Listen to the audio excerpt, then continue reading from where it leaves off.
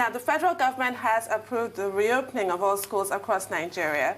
Schools were shut down across the country in March 2020 in a bid to contain the spread of the coronavirus disease. Even though the federal government started easing numerous coronavirus enforced restrictions from May, officials have been reluctant about reopening schools. However, this did not stop many state governments from approving resumption for private and state-owned institutions in September, which appeared to force the federal government's hand in this direction. Joining us now to look at all of the issues involved in obeying this directive is Dr. Bunmi Oyinsan, Director, Equality Through Education Foundation and co-founder, Lekki Peninsula College, Nursery and Primary School. We'd like to find out the likely impact of a lack of uniformity in reopening the schools on the academic calendar on the one hand and individual student development on the other. Welcome to the program, Doctor. Good morning. Thanks for having me. Good morning, Dr. Oyinsan. Good to have you again on the morning show. Good morning, Dr. Abati. Nice to be here. Thank you. Well, quickly, schools are reopening now. The federal government has given the all clear for schools to reopen. What kind of precautions should schools take, teachers, school proprietors, and even government? Because as we know, COVID-19 is still an issue.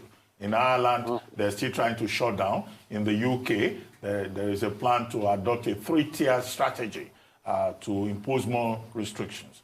But here in Nigeria, we seem to have assumed that there is no more COVID-19. And these are young children going back to school. What measures do we need to take? I think it should have actually started with the federal government kind of interacting more closely with states, and then states also interacting more closely with either local governments and things like that to plan better. Instead of the situation where, like you rightly reported, some states had actually taken things into their hands and reopened schools before the federal government gave its go-ahead for all schools to open. It shouldn't have been so. There should have been more close interactions in planning, because the rate of epidemiology it will vary from place to place. There are states that have very little, very few cases of outbreaks. There are states that have more. So those states should have, kind of been encouraged to look at their environments and then see, when it will be right for them to open schools, because a lot of things have to be put in place. Like you said, these are the lives of our children that are at stake. What kind of readiness do you have at the community level? For instance, if you open schools in a state that looks as if there is a very low incidence and then there's a sudden outbreak, what is the preparedness of the health institutions in that community to take care of this situation? And then what is the infrastructure on the ground for individual schools? In most cases, private schools probably don't have any issues, especially highbrow private schools. They probably can afford, to have the kind of space that they need to do social distancing and all of that. But when we're talking about local schools, government-run schools, there has to be more concerted effort to protect the lives of the children and the teachers. There needs to be constant education on a daily basis. These are kids. You tell them one thing in the morning, by midday they've forgotten. What are the things on ground to ensure that, social distancing is, sinks into their head. Even the use of masks. Not all children, can actually sit in the classroom with the mask on, over a long period of time. Yet it is important for them to be protected. So depending on the age, the class, and all of that, there are a number of things that need to be put in place. Then at the school level itself, I keep saying it that as bad as Ebola was, it kind of prepared us in a way for this COVID-19 thing. And there are lessons that we learned from the Ebola outbreak that we can also now use. Like during the Ebola thing, in Lagos State, I know it was mandated that at the entrance level of schools, they should have these touchless thermometers to check, gauge temperature of anybody coming into the school and things like that. And then there should be some kind of sanitation system right by the school gate to see that hands are washed, and even in the classrooms, so even where there's no, people cannot afford sanitizer and things like that, soap and water, running water has to be, and taps must be fixed at strategic places in the schools. So a lot of these things must be in place if we're really serious about opening schools, keeping schools open, and then keeping the incidence of the epidemic low. Thank you, ma'am. It's all sounding really conditional. If we have these measures, we'll be okay. What happens if we don't? Because the needs have always been so clear, and very rarely have they been met. How confident are you that everything, the measures that you've just described, will be met across board? And obviously, you're such a proponent of equality through education. What are your worries about the gap that coronavirus has caused? I'm talking about the income equality gap and also a gender gap. We all know that many of the children who stopped going to school in March may never return. What are your thoughts on that? You're quite right. I have very little confidence, that the gap between the children of the have and the have not would be bridged. If anything, this situation has kind of broadened that gap. I know, for instance, that not all the children that we had in our school will be able to come back because maybe their parents lost their jobs, or they've had to move away from their houses when rents were not paid. Some have even had to move out of Lagos and all of that. And then, of course, like the highbrow schools, we also try to use remote forms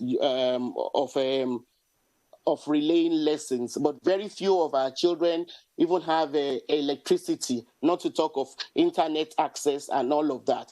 I know that there were some provisions made for lessons to be on TV, but television can never replace the kind of interactive relationship that you need between a teacher and learners. I think people just have to be creative. Even as we have resumed, I can only tell you what we have put in place. Even as we have resumed with a lot of our students not turning up, what we've also decided to put in place has been a rotational kind of schedule, so that some people come to school Mondays, Wednesdays, and Fridays 1 week. And then the following week, the other group comes in, just so that we're able to spread the children wide enough and observe social distancing and then keep them safe. To support that, because we have realized that not a lot of our children have access to internet or the technology to download things. I do beg your pardon. We have to take a short break now, and we'll be back with more with Dr. Oyinsan. Please stay with us.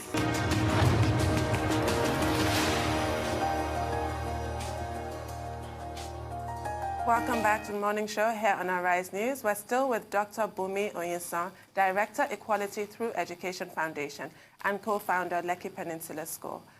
Sorry, ma'am, as you were saying before the break, do carry on.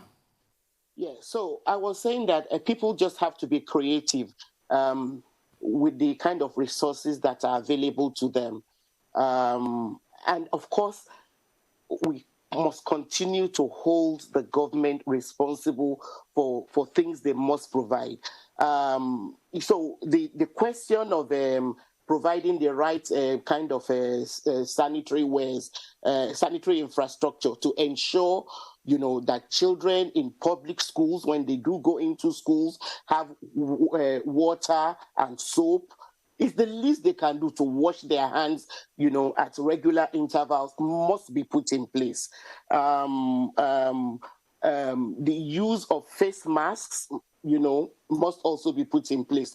I mean, the least we can do is provide these children, face masks, even if it's the type that they have to wash, on a daily basis. We must make those things available for them. And then we must also utilize the space that is available in such a way that we're not risking the lives of students. So if you space them, if you cannot accommodate all the children every day, it's just like picking the lesser of two major evils. The greater evil is for the children to be perpetually out of school. The lesser one is for you to make the most use, of the space you have.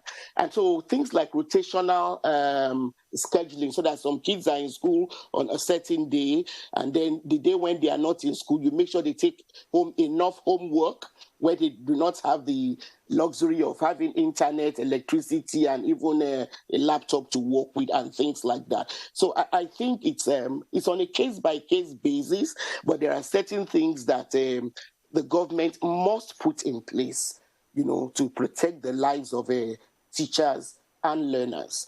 I know that in some places it is possible to also run maybe shift system. It's sad that we are going back to a system that had been soundly condemned, having some children come in the morning and some in the afternoon. But it depends on the area. Like there are areas of Lagos, for instance, where it is just not practicable for you to have children leave home for school, say 12 or so, to get into school, to get to school by 1 or 2 in the afternoon, and then finish up around 5 or thereabouts, and then they will not be able to get home before 7, 8, 9, 10. So you look at different communities, different environments, must look at their situation, and then just have at the back of their minds always the best interest of the students and the teachers. Well, I've got 2 quick questions. Number 1 will be these new things the schools will have to buy, like tap bottles and things like that for washing hands and hygiene and sanitation in general. Who bears the cost? The school bears the cost. Will they have to pass it on to the parents? Because that's another one, because that's a cost they didn't envisage. And I also want to talk about COVID-19 tests, for pupils or students in schools. Who should bear the cost? There was a big contention before finally the Ogun State government came out and said, okay, we'll bear some part of the cost. In a case where you want to do as much tests as possible, who should bear the cost for that? Okay, let me respond to your first question about who bears the cost of the providing the sanitation infrastructure. It depends on the schools. If they are private schools, of course the private schools have to bear the cost of it. And then I know that most private schools will probably end up passing it on to the parents. But if they are government-run schools, then the government must bear those costs. Why do we pay taxes? The second question about, I think your second question had to do with testing. The testing. And without any doubt, that cost is supposed to be borne by the government. And there are innovations even from other countries in Africa, like Gambia and things like that, where they say, where we've been told that they found ways of testing for COVID-19 at a very reduced rate. Our government must be responsible at some level. And this is a very important level at which they must be responsible. It shouldn't even take people complaining before any responsible state government or federal government would say, look, the cost of testing children and teachers, and workers for COVID will be borne by the government. Ideally, we should have free healthcare. We don't, but this situation is such that it's a life and death matter. Well, Dr. Oyinsan, I hope I'm not overstretching the conversation, but I would like to ask you, what is your advice for parents who have children who will also be returning to school, not in Nigeria, but elsewhere? Say in Europe, Canada, most recently, we had a documentary that was done by a Rice News correspondent. I think Deborah Hartford did that. And the issue was about African students going back to school in Europe and the challenges involved. Would you like to comment on that? Well, to the best of my knowledge, the challenge remains issues of, crossing borders and things like that. And then I know that at the height of the pandemic, there were some countries that actually encouraged students to go back home. So it's a question of what the parents want for their children. If they want the uncertainty and the instability, that comes with sending their children off to far-off places where they might have no control about whether or not. I mean, there was even a time when Trump was saying he didn't want international students, But I know that there are also a lot of institutions abroad now where most of their courses have gone online. So that if parents are still desirous of getting international education for their children, they might want to look into all of those as some kind of alternative. But honestly, these are not really,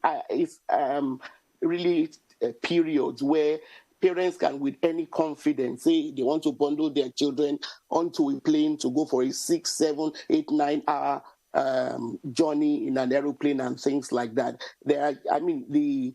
For me, the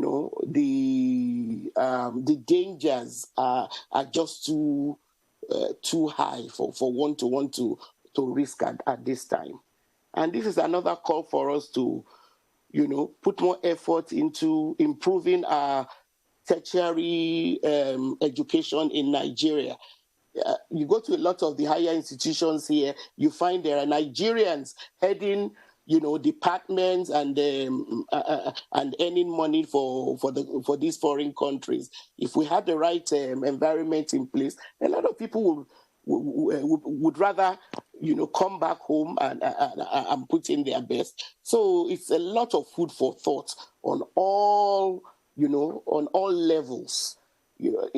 Honestly, at the end of this epidemic, we should not just go back to business as usual. This epidemic, this COVID-19 gives us the opportunity to rethink, replan and refocus in many areas. So today is World Teachers Day. I want to know your thoughts on teachers, that noble profession, the training of teachers, the welfare, and the impacts of teachers. It's unquantifiable. Without teachers, the world, teachers and farmers are the bedrock of any society, because the farmers work to feed us, feed our bodies, our physical bodies. The teachers work to feed our minds, teachers should be celebrated, whether schools are open or not, If you know a teacher, find a way to, appreciate them today. With regards to training, I think there's some effort being put in place to kind of standardize teaching in Nigeria. But these are things that will take time, for us to be able to get to where we need to be. But honestly, even with the teachers we have in place in Nigeria now, I know that the level, the standard of teaching in Nigeria, the curriculum might have some faults with the curriculum and with the Nigerian mentality of over pushing, children before they are ready. But honestly, teachers, by and large, Nigerian teachers cannot be found wanting. We do have, a good number of dedicated teachers who have actually, who are committed, to the idea of educating the younger generation, and they've been doing an awesome work. We need to celebrate them most resoundingly. That's great. As we celebrate them, I want to spare a thought for teachers that lost their source of livelihood during the COVID-19 pandemic. There was a video that went viral about a teacher crying, saying, please reach out to teachers. And there are loads of teachers out there that lost their livelihood. How do we help them buffer this season? Honestly, it's a really sad situation. But I also know that there are some things that have been put in place. Probably a lot of schools did not practice it. I know that in Lagos State, federally, schools are supposed to have teachers on some kind of pension scheme. And the pension scheme is actually supposed to be there as some kind of cushion for situations like this, because my understanding of the way it works is clear, is that I think maybe a certain number of months after a teacher who has been working and contributing, the contribution is such that I think the teacher pays 8%, the school contributes 10%. At least that's what operates in our school. So after a certain number of months where the teacher has been out of work, they're actually entitled to draw from the savings which would have accrued from their regular pensions contributions. But probably a lot of schools were getting away with not doing it, and so that might account for one of the reasons why a lot of teachers found themselves out of work and out of pocket. Like I said, this COVID-19 thing has given us an opportunity to prepare better, restructure the way schools are operated and monitored. If these are laws in place, they have to be enforced. It shouldn't just be a question of leaving it to the whims and caprices of private school owners. A lot of them are just are business people, So, but, if these things are there to protect teachers, then ways and means must be found to see that, they're carried out. It's really, I saw that video. It was really, really pathetic. Well, Dr. Oyinsan, Nigeria celebrated 60 years after independence on October 1. You have been one of the key chroniclers of the Nigerian experience through your books, through your interventions. What does Nigeria at 60, what does it mean to you? Do you think that we have done well, or we need to restructure this country to be able to move forward? Honestly, at 60, I don't think we have done nearly enough. We must restructure. In fact, there's no way we'll survive another 60 years if we continue the way we have, we've started since October 1, 1960. We will not even survive another 30 years. So why wait? We need to restructure.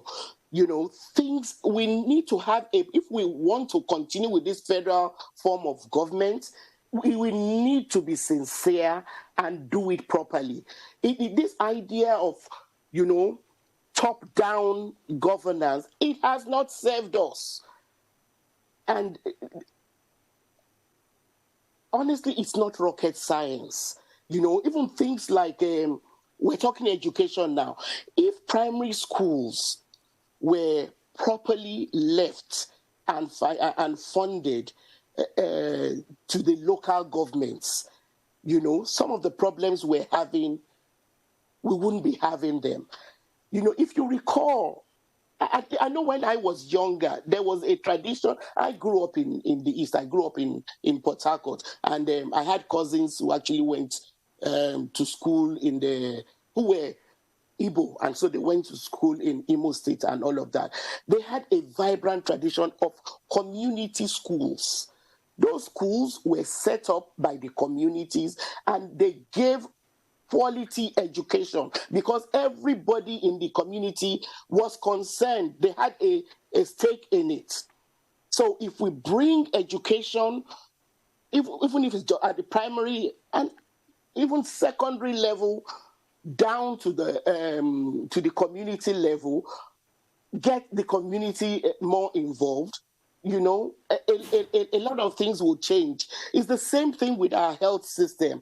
Primary health care should not be about curing diseases. It should be about prevention, you know. But all these, look at, we're talking about this federal government opening schools. The way I read it in the newspapers was that federal government orders schools to be opened.